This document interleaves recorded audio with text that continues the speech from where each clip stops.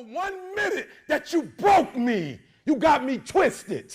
I am not phenomenally skilled, but phenomenally will. I will not give up. I will not surrender. I will not quit. What's going on, everybody? You already know who it is. It's your boy, Joshua Coleman of The Gifted Exchange, Mr. Make It a Great Day.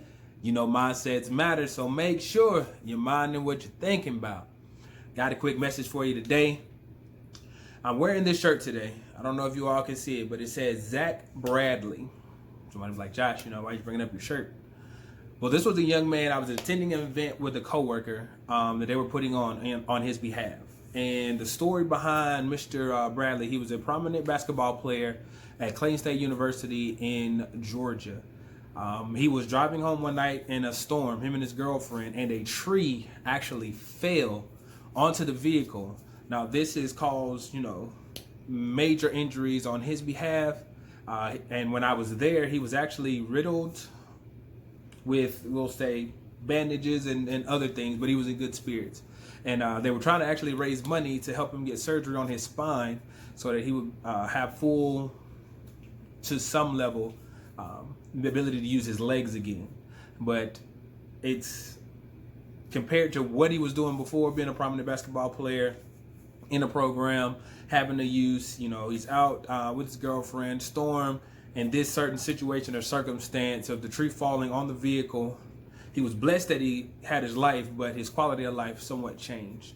And I got this shirt out. It's kind of faded. I wear it often, and it's a constant reminder to me that no matter the storm that's going on in your life, no matter the circumstance or whatever happened to you in a circumstance, just like him, his outlook didn't change. His circumstances may have put him in a position that would have been deemed undesirable, but he didn't allow that to change his spirits. So I just felt the need to come on today and let you know, despite the events that happened in the Capitol yesterday, despite how tumultuous 2020 was for so many people, and how for a certain group or a certain number of groups, whether it be from oppression or sexisms or just any of these number of adversities that individuals have, from being a woman, from being black, from being male, from being trans, or all of these other identifiers, that no matter the circumstances, just like Zach, it was a storm in his life. It was like any other storm he had survived, but on this particular situation, he had something that altered the course of his life. So for many of us, most people would stay in that situation. It becomes, woe is me. You adopt that victim mentality. So what I want to do today is I want to encourage you, don't adopt that victim mentality. You're an overcomer. You're more than a conqueror. You are made in God's image. You have strength that you don't even know you have. And the thing that Steve Harvey says, you survived 100% of your bad days. You're still here. Somebody doesn't have that opportunity.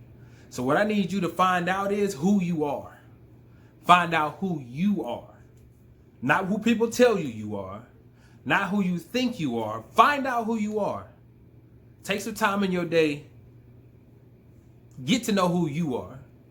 In this society, everything is fast. Go, go, go, go, go. This thing, next thing. Work, school, if you have kids, if you have spouse, if you have other obligations, it's go, go, go. Very rarely do we get a chance like we did last year where it was stop, breathe, take some time, take it in, get quiet and listen. But you need to find out who you are, because that's where your power lies. A lot of us go to different jobs, and I'm not knocking anybody with a job, but you were given a gift and you were given an opportunity to use that gift. And a lot of us don't feel fulfilled in that. So just like Zach, he had that storm. You've had that storm. You've had that situation. And in his particular case, he was put in a wheelchair, losing the full ability to use his legs, his arms, deeming that he may never play basketball again in any capacity. But even to see him there, he was still in good spirits. He was still optimistic. He was still positive. And I just take that and I want to draw from that, because just like Zach, you have experiences that you can draw from. Just like Zach, you have situations that you've survived. Though you may not have come out the same way you went in, we can use that for a benefit. One of my mentors once told me that you can stand on the books you read. And I would like to add that you can stand on the experiences that you've had. Because a lot of us, we fall so easily into what we don't have. Especially in a society where clicks, likes, followers seem to be the validators. When simply knowing who you are, there's only one of you. Even if you're identical twin or triplet or however far that may go, there's only one of you. Just like your fingerprint, it's uniquely to you. But you got to get in your lane. You got to find your power. You got to find out who you are and be comfortable in your own skin. I know there's a lot of people out there that want to body shame. There's colorism, there's featureism, there's all these isms. What do you believe you are? What are you going to choose in this circumstance? But we have to remember, you survived 100% of your bad days. You survived every situation that you've come through. Yes, you may have come out different. We all got trauma. I'm not going to tell my life story on here, but everybody's been through something. Even if it's your own version of your go through.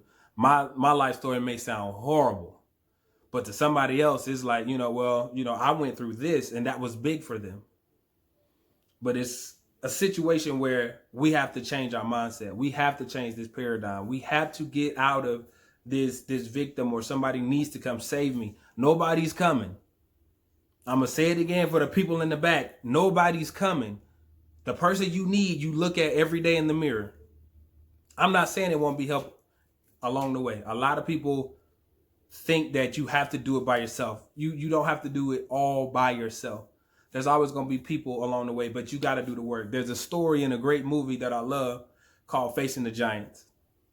And there's a gentleman that's walking through a school. The main character is a coach of a football team. And there's a gentleman that comes, he's praying, and he's walking through the school touching the lockers. And he tells him a story about it being two farmers.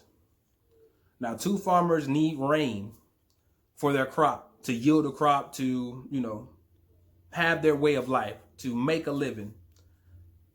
So they both pray, but one sits in the house and looks up and says, God hasn't sent the rain yet. But one goes out and gets busy. He starts tilling his fields. He's caring for the livestock. He's throwing his seeds. He's preparing for the rain. So I need you to activate your faith. There's a lot of stuff right now that's going to be meant to distract you. There's a lot of things weighing you down. You got a lot of leeches. You got a lot of parasites in your life. And you holding on to them because you think you need them there. And it could be a situation. It could be a substance. It could be a job. And you're holding on to these things thinking that you need them. Whereas if you can let go of good, you can achieve great. And if you can achieve great, then you can achieve phenomenal. But you must prepare. And understand that when you go through elevation, when you begin to find out who you are, certain people aren't going to stick around. Certain situations can't stick around. Certain environments aren't going to facilitate you because you're coming into alignment with who you are, who your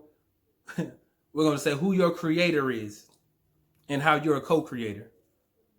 But that's when you're going to begin to understand your power, understand your uniqueness, understand your gift, because now you're preparing for the rain. You're preparing for the next step. You're preparing for elevation. You're preparing yourself for what's next to come for you. Everybody wants a vacation, but if you were to build a life that you don't need a vacation from, then the vacation is just another day of the week, another month of the week. So I need you to take time and get to know who you are. And then I need you to take out a piece of paper.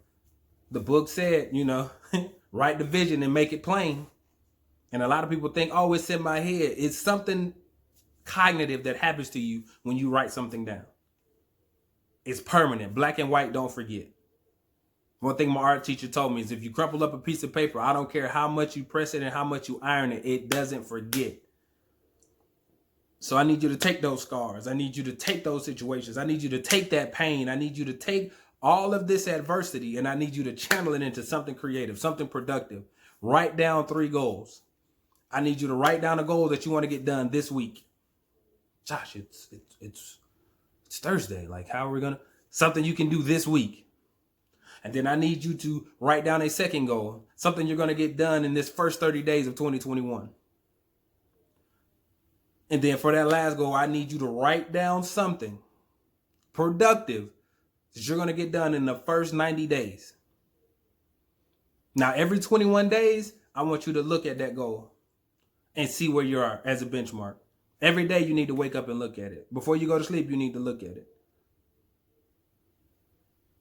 This is going to be with alignment. And the thing about change is your body's going to fight against it. We're creatures of habit.